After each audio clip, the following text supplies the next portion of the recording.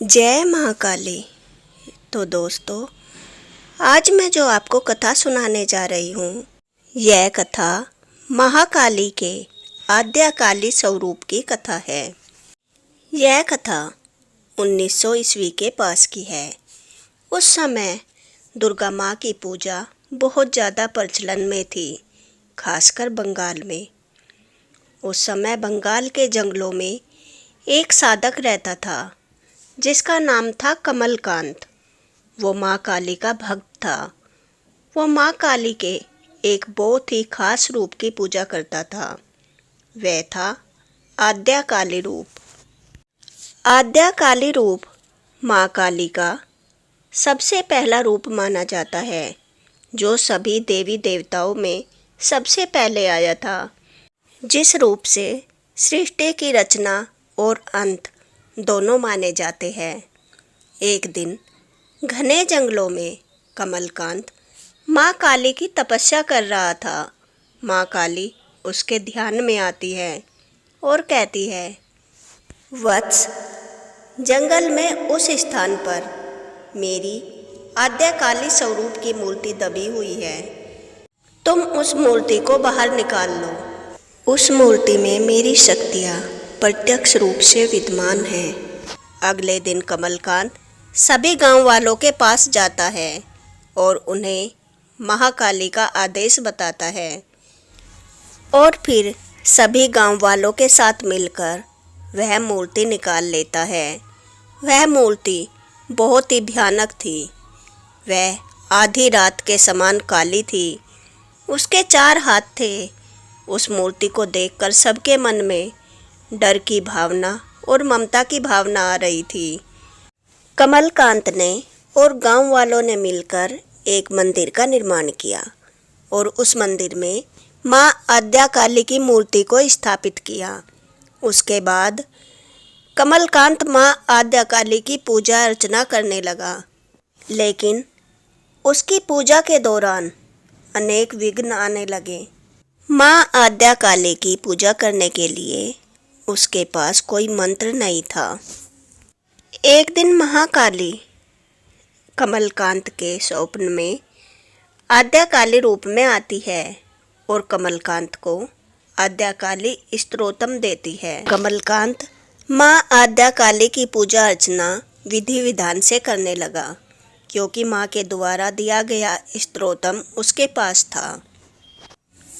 उसके बाद क्या होता है, सभी गांव वाले देखते हैं कि मंदिर के आसपास माँ आद्यकाली का ताप इतना फैल रहा था कि पृथ्वी वह ताप सहन नहीं कर रही थी।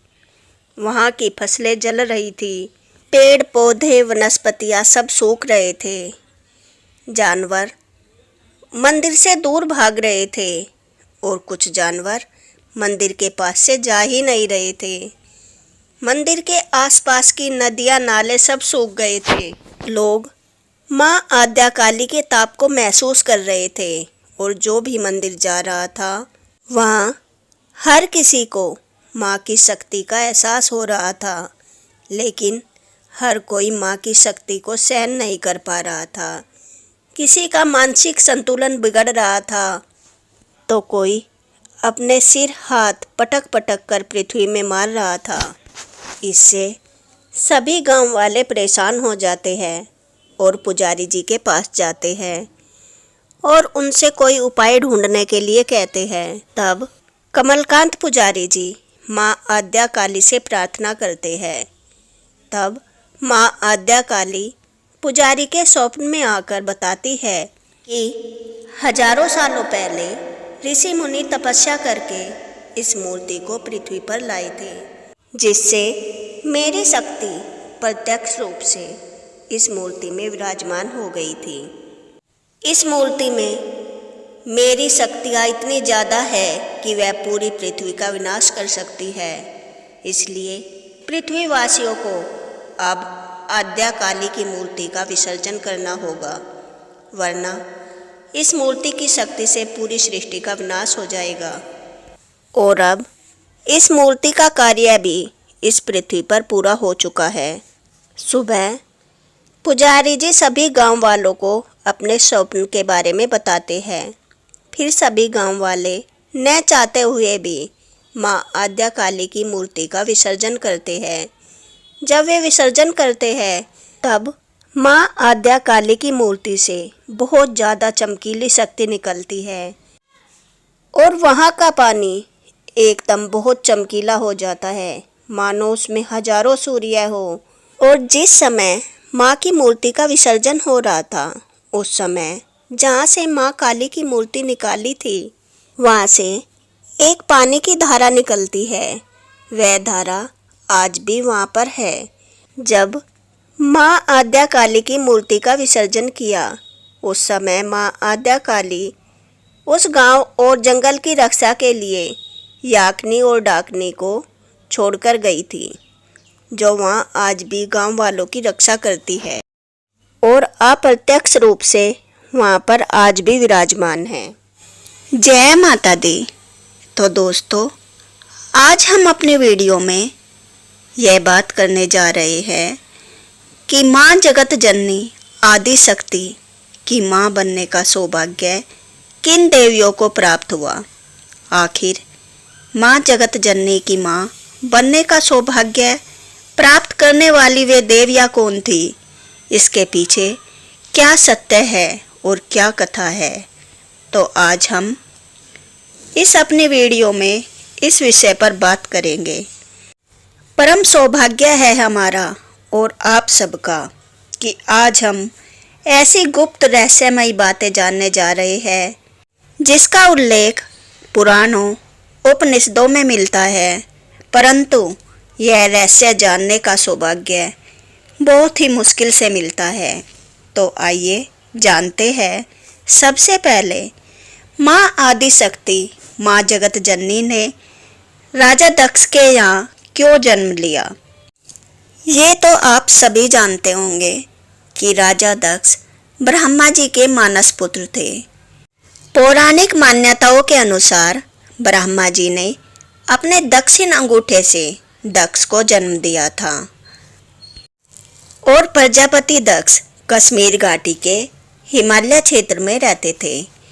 ब्रह्मा जी ने दक्ष को भगवती शिवा की तपस्या करने को कहा और प्रजापति दक्ष ने देवी शिवा की घोर तपस्या की।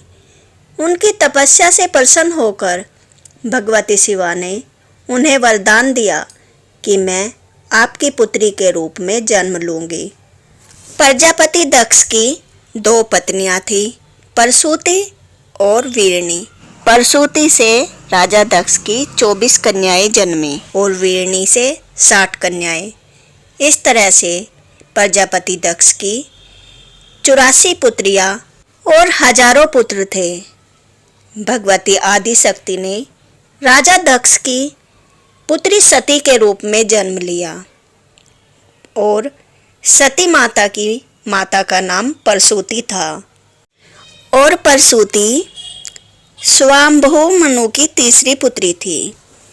जब माता सती का जन्म राजा दक्ष के यहाँ हो गया था तो राजा दक्ष को नहीं पता था कि आदि शक्ति ने उनकी किस पुत्री के रूप में जन्म लिया था। सती माता ने भगवान शिव को पति के रूप में पाने के लिए कठोर तपस्या की, लेकिन राजा दक्ष को यह बात पसंद नहीं आई क्योंकि दक्ष प्रजापति भगवान विष्णु के अनन्य भक्त थे और माता सती का भगवान शिव से विवाह के पश्चात उन्होंने उनसे अपने सारे रिश्ते खत्म कर लिए थे। और अब सवाल उठता है कि आदि शक्ति जगदम्बा की मां बनने का परम सौभाग्य किन्हें मिला और कैसे। सती मां की एक बड़ी बहन थी सवधा और सवधा की 3 पुत्रियां थी, मैना, धन्या और कलावती। जब मैना, धन्या और कलावती 16 साल की हुई तो उन्होंने अपनी मां से श्वेत द्वीप जाने की अनुमति ली। पुराणों के अनुसार एक क्षीर सागर के पास एक बहुत उज्जवल द्वीप है जिसे श्वेत द्वीप कहते हैं। इस द्वीप पर भगवान विष्णु निवास करते हैं। कलावती, मैना और धन्या भगवान विष्णु के दर्शन करना चाहती थी। अब वे तीनों श्वेत द्वीप पर जा ही रही थी कि उन्हें रास्ते में सनका-कुमार ऋषि श्वेत द्वीप पर मिले। लेकिन उन तीनों बहनों ने सनका-कुमार ऋषियों को कोई महत्व नहीं दिया, उनका कोई सम्मान नहीं किया, क्योंकि वे उन्हें जानती ही नहीं थी। इससे सनका ऋषि मैना, धन्या और कलावती से क्रोध में आ गए और उन सनक कुमारों ने उन तीनों को श्राप दे दिया कि जाओ, तुम्हारा जन्म पृथ्वी पर होगा और तुम पृथ्वी पर निवास करोगी। तो मैना, धन्या और कलावती बहुत दुखी हुई और उन्होंने सनक कुमारों से क्षमा मांगी। कहा कि हम आपको नहीं जानते थे, हमने आपका जानबूझकर अपमान नहीं किया। और तब सनक कुमार ऋषियों को उन तीनों के निर्दोष होने का आभास हुआ और सनक कुमारों ने उनके श्राप को आशीर्वाद में बदल दिया और कहा कि आपका जन्म पृथ्वी पर तो होगा, परंतु आप तीनों को आदि शक्ति पार्वती माता की माँ, सीता माता की माँ और राधा रानी की माँ बनने का सौभाग्य प्राप्त होगा।